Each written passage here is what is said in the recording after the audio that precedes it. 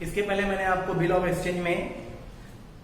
Of exchange से related retaining of bill, discounting of bill and endorsement of bill कराया है। आज मैं आपको स्टार्ट करता हूं bill send to bank for collection. Clear है? उसकी सिचुएशन मैंने आपको समझाया था कि सिचुएशन उसकी क्या होती है। Bill send to bank for collection basically है क्या, देख लीजिए। मैंने आपको बताया था कि ड्रॉवर एक है ए, ड्रॉवी बी है, सी है, डी है और ई। ओके, ड्रॉवर जो रहता है वो मुंबई में रहता है। ओके, सॉरी, ड्रॉवर रहता है मान लो बेंगलोर में, माने सेलर जो है वो बेंगलोर में, बी जो है वो बॉम्बे में है, सी जो है वो चेन्नई में रहता है, डी जो है वो दिल्ली में रहता है और ई जो है ये उल्लासनगर में रहता है। ओके, ए ने बी को 1000 का सेल किया है, ए ने सी को 2000 का सेल किया है, ए ने डी को 3000 का सेल किया है और ए ने ई को 4000 का सेल किया है। ओके, अब प्रॉब्लम क्या है कि अगर ए को बी से पैसा लेना है, ओके, बिल ड्रॉ हो गया, सब कुछ हो गया है, बिल पड़ा हुआ है ए के पास। अब अगर ए को बी से पैसा लेना है तो ए को बॉम्बे आना पड़ेगा, सी से पैसा लेना है तो चेन्नई आना पड़ेगा, डी से पैसा लेना है तो दिल्ली जाना पड़ेगा और ई से पैसा लेना है तो उल्लासनगर जाना पड़ेगा। ओके, तो थोड़ा प्रोसेस कुछ ज्यादा कॉम्प्लिकेटेड हो जाता है। तो ऐसे टाइम पर ए क्या करता है, सारे के सारे बिल बी, सी, डी और ई के जो बिल है सब उठाकर किसको दे देता है, state bank of India. State bank of India मैं नाम इसलिए ले रहा हूं क्योंकि स्टेट बैंक जो है वो नेशनलाइज बैंक है और इसकी ब्रांचेस वर्ल्ड में, सॉरी, इंडिया में हर जगह पर है। सबसे ज्यादा ब्रांचेस जो है स्टेट बैंक ऑफ इंडिया की है। क्लियर? तो स्टेट बैंक क्या करेगी, बॉम्बे ब्रांच वाली बी से कलेक्शन करेगी, चेन्नई ब्रांच वाली सी से कलेक्शन करेगी, दिल्ली ब्रांच वाली डी से कलेक्शन करेगी, उल्लासनगर की बैंक ई से कलेक्शन करेगी। पूरा का पूरा पैसा 1000 to 3 + 3 6 + 4 10,000, पूरा का पूरा पैसा किसके पास आ गया, स्टेट बैंक ऑफ इंडिया के पास। ओके, अब ये जो 10,000 rupees state bank of India के पास आ गया है, ये पैसा स्टेट बैंक ऑफ इंडिया किसको दे देगी, ड्रॉवर को दे देगी। ओके, कभी कभी इन कलेक्शन के बदले में बैंक कुछ चार्ज करती है, कभी कभी नहीं भी चार्ज करती है। ओके, बैंक की पॉलिसी पे डिपेंड करता है वो। अगर बैंक ने कुछ चार्ज किया है, कलेक्शन करने का कुछ चार्ज अगर चार्ज किया बैंक ने, तो आपको क्वेश्चन में दिया रहेगा, तो ज्यादा चिंता करने की जरूरत नहीं है। चलो, अब इससे रिलेटेड हम लोग जनरल एंट्री देख लेते हैं। सिचुएशन आपको समझा, सिचुएशन समझेगा तो जनरल एंट्री समझ में आएगी। चलो, तो आपका नेक्स्ट टाइप क्या है, bill send to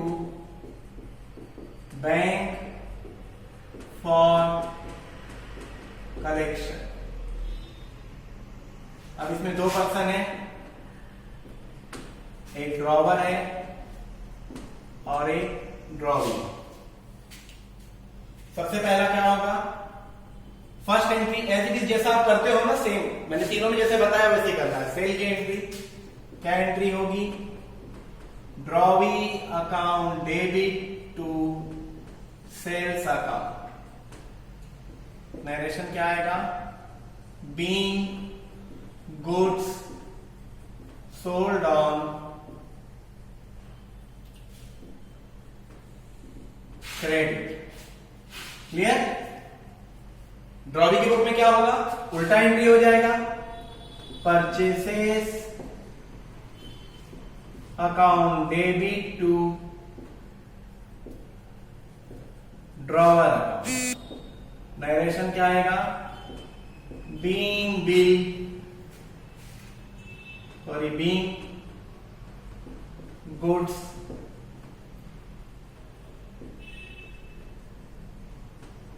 purchased on credit. Okay, next entry bill draw होने की एंट्री होगी। बिल रिसीवेबल ड्रॉ किया तो आपकी एंट्री हो जाएगी bill receivable account debit to drawee account. Bill receivable to drawee, narration क्या आएगा? Being bill draw.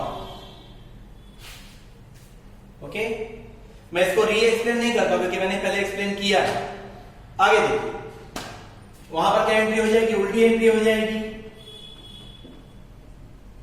Drawer account debit to bill payable account. Narration क्या आएगा? Being bill accepted. ओके, अब इसके बाद कहानी चेंज होती है। यहां तक जो है bill send to bank for collection, इसका कोई रोल नहीं है। यहां से bill send to bank for collection का रोल स्टार्ट होता है। अब देखो, बिल को बैंक में कलेक्शन के लिए कौन भेज रहा है? ड्रॉवर, बराबर। तो बिल को बैंक में कलेक्शन के लिए कौन भेजा? ड्रॉवर ने, बराबर। इसका मतलब drawer is the giver. Drawer के पास से क्या जा रहा है? ड्रॉवर के पास से बिल जा रहा है। बिल जा रहा है तो बिल क्या हो जाएगा? क्रेडिट हो जाएगा। नेक्स्ट स्टेप आपका बिल सेंड टू बैंक। इसकी एंट्री होती है bill send to bank account debit to bill receivable account. Narration क्या आएगा? Being bill is send to bank for collection. Okay, bill send to bank account debit to bill receivable. अच्छा, bill send to bank account debit मैंने क्यों किया है? पूरा line मत देखिए, केवल बैंक देखिए। ओके, बैंक आपका पर्सनल अकाउंट है। Okay, bank is the receiver of bill, तो रूल क्या होता है? डेबिट द रिसीवर, इसलिए bill send to bank account debit हो जाएगा। क्लियर है? Bank is the receiver of bill, therefore bank account should be debited. अच्छा, यहां पर मैंने बिल रिसीवेबल को मैंने क्रेडिट क्यों किया है? इसको बिल रिसीवेबल को क्रेडिट करने के पीछे वजह क्या है? क्योंकि एंट्री हम लोग किसके बुक में कर रहे हैं? ड्रॉवर के, और ड्रॉवर के पास से बिल रिसीवेबल जा रहा है, इसलिए बिल रिसीवेबल क्या हो जाएगा? क्रेडिट हो जाएगा। क्लियर है? तो एंट्री हो जाएगी bill send to bank to bill receivable. यहां पर एंट्री नहीं होगी क्योंकि बिल को कलेक्शन के लिए किसने भेजा? ड्रॉवर ने। रिसीव किसने किया? बैंक ने। कहीं पर भी यहां ड्रॉवी का कोई वास्ता नहीं है, इसलिए ड्रॉवी के बुक में कोई एंट्री नहीं है। क्लियर है सबको? चलिए आगे चलते हैं। अब बिल क्या होगा?